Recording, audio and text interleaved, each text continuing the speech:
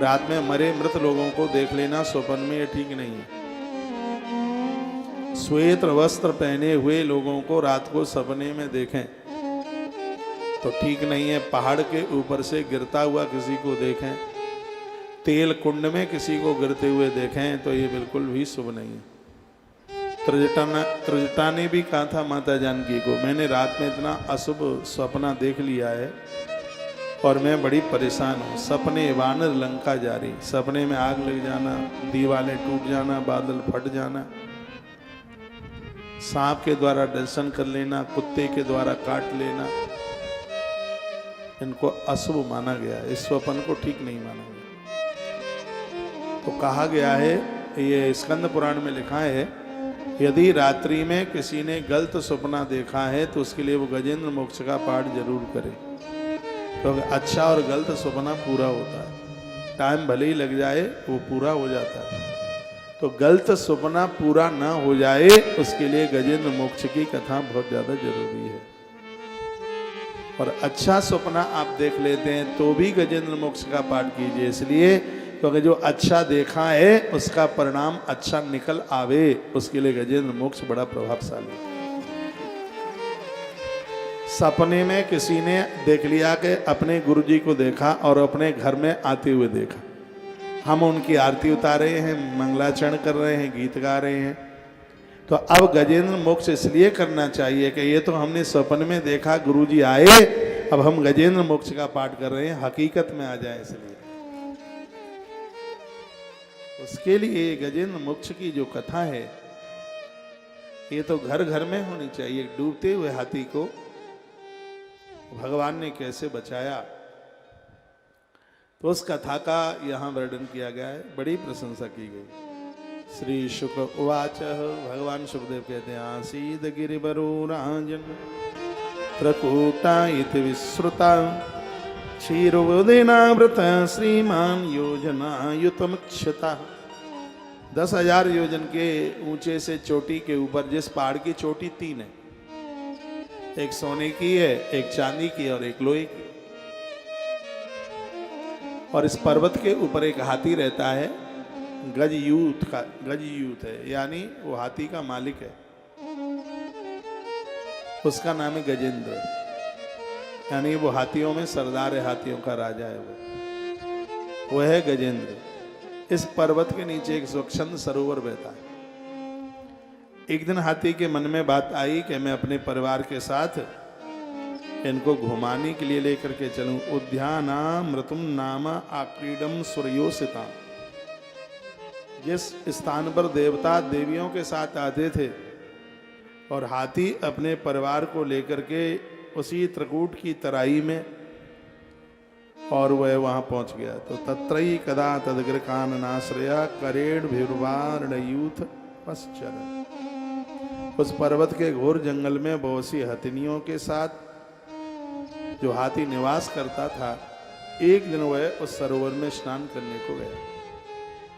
हाथी पानी में कूद गया अपने परिवार के साथ। उस सरोवर का जल अत्यंत निर्मल था, अमृत के समान मधुर था। इस ग्रंथ में भागवत जी में लिखा है, कभी भी जल को अपवित्र मत करो। जो पानी में बाथरूम करते हैं, थूकते हैं, उसे मैला करते हैं, उन्हें जलोधर रोग होता है। आपका ध्यान कथा में नहीं है।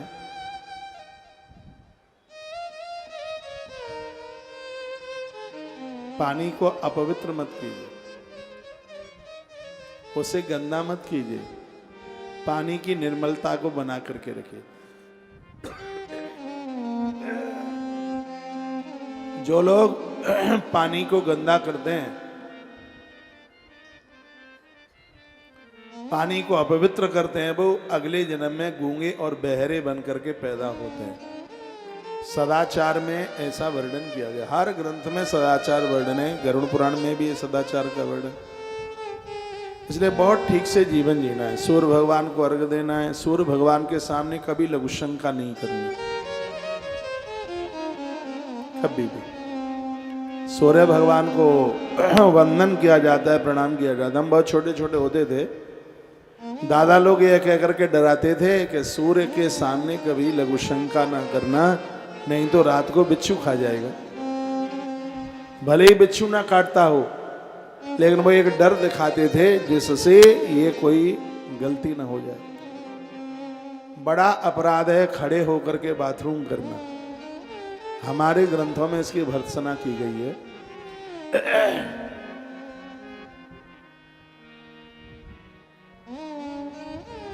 कल रात्रि को ये बच्चे भी मेरे पास में थे और ये सेनापति बाबा भी थे,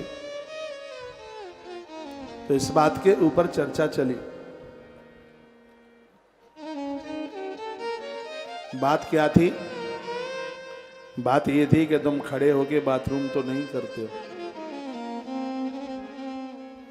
ये अंग्रेजों की संस्कृति होगी, अपने भारतीय संस्कृति नहीं है ये। अपनी भारतीय संस्कृति में तो इसको बहुत बड़ा अपराध माना गया, इससे पुण्य क्षीण होते हैं।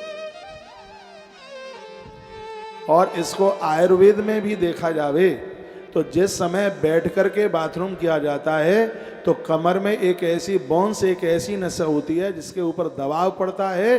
उस दबाव के प्रभाव से एक ऐसी बीमारी नहीं होती स्त्री पुरुष को जिसका ऑपरेशन होता है। क्या बोलूं मैं उसको? उसकी किडनी कभी गड़बड़ नहीं होती, खराब नहीं होती। ये तो रही बात आयुर्वेद की, औषधि की बात रही। पहले के लोग इतने होशियार होते थे, उनको पता था कि सोया कैसे जाता है। सोते समय हमेशा बाहीं करवट लेके सोया जाता है, दोनों टांगों में 4 इंची का गैप होता है सोते समय। रात्रि को बाथरूम के लिए उठते हो तो द्वारा फिर सोते हो तो दाहिनी करवट से सोते हो, सुबह दाहिनी करवट से उठा जाता है, रात्रि को बाहीं करवट से सोया जाता है। दक्षिण की दिशा की तरफ टांगे करके नहीं सोया जाता। बहुत मोटा तकिया, उस व्यक्ति की गर्दन में कभी दर्द जिंदगी में नहीं होगा जो तकिए का यूज ही ना करे। बिल्कुल जरूरत पड़े तो हाथ का तकिया लगा ले। पहले के लोग बड़े स्वस्थ होते थे। अब तो पाम के नीचे तकिए अलग लगाए जाते हैं और इधर खोपरिया के नीचे अलग लगाया जाता है, तो उसका असर कमर पर जाकर के पहुंचता है। इसलिए तो 25 साल की बेटियां बिल्कुल बूढ़ी डुकरियां सी दिखाई देती हैं। सब सिस्टम बिगड़ गया है, सब क्रम बिल्कुल बदल गया। बदल क्या गया है? बिगड़ गया है बिल्कुल भी। ऐसी ऐसी अद्भुत बातों का वर्णन किया गया है,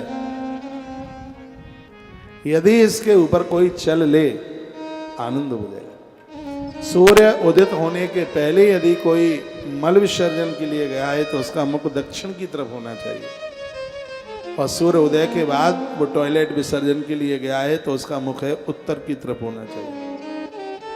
इसलिए बाबा जियों के आश्रम में बाथरूम में टॉयलेट सीट का मुख दक्षिण की तरफ होता है, और आप गृहस्थियों के घर में उत्तर की तरफ होता है।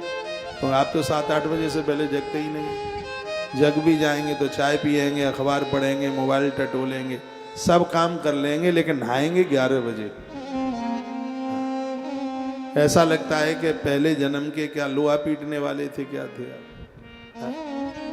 नहाने में बस सब काम के लिए बोल दो, पर नहाने के लिए मत बोलो। नहाने के लिए बोल दिया तो बहुत बड़ी आफत आ गई, बादल टूट के गिर गया ऊपर। ऐसा ना करिएगा, अपने सदाचार को जिंदा बना करके रखिए। यदि आप खड़े होकर के बाथरूम करते हैं तो आप बहुत बड़ी गलती कर रहे हैं। इतनी बड़ी गलती कर रहे हैं, इतनी बड़ी कि जितना बोल दूं उतना कम। सदाचार के साथ जीवन जीने की जरूरत है। ये तो खड़े होके बाथरूम करोगे तो बाथरूम के छींटे ही शरीर पर पड़ेंगे, हाथ पांव के ऊपर पड़ेंगे, जिसमें तुम अशुद्ध हो, अपवित्र हो, तुम्हारे कपड़े ही ठीक नहीं रहे, ना तुम पूजा पाठ के लायक रहे, ना देवालयों के सामने जाने के लायक रहे, ना संत गुरुजनों से बात करने के लायक रहे, ना कोई धार्मिक किताब पढ़ने के लायक रहे। अरे हमारी बात मत मानिए, जो प्राचीन काल में हमारे ऋषियों ने, महर्षियों ने जो बातें कही थी, उन बातों को मानिए। जिसके नाखून बड़े हैं उसको आज नहीं तो कल, कल नहीं तो 8 दिन के बाद, और उसके बाद नहीं तो साल 6 महीने में उसको एक बीमारी होगी जिसका नाम है पीलिया, जॉइंटिस। ये बड़े नाखून रखने से। और जिसको जॉइंटिस होता है, पीलिया होता है, उसके लीवर पर असर होता है। और जिसका लीवर ही डैमेज हो गया तो फिर बचता ही क्या है। तो जो चीजें कटाने के लायक हैं उनको तो बढ़ा रहे हो, जो बढ़ाने के लायक हैं उसको कटा रहे हो। बाल बढ़ाने के लायक हैं उन पर कतरनी चल रही है, नाखून कटाने के लायक है उनको बढ़ाया जा रहा है। ऐसे लंबे लंबे खपरा जैसे नाखून जिसमें दुनिया भर की गंदगी और मैल भरा हुआ है, उनके हाथ का तो पानी पीने का धर्म नहीं है। क्या पूजा करेंगे, क्या पाठ करेंगे, क्या उनसे शुद्धि की अपेक्षा की जा सकती।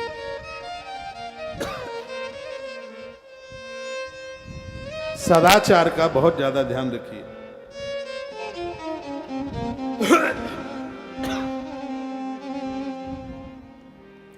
मैं इस ग्रंथ की कथा में ही आपको लेकर के आ रहा हूं। उस सरोवर का जल अत्यंत निर्मल था, अमृत के समान था, लेकिन हाथी ने सबको मैला कर दिया। कथा हमारे और आपकी है।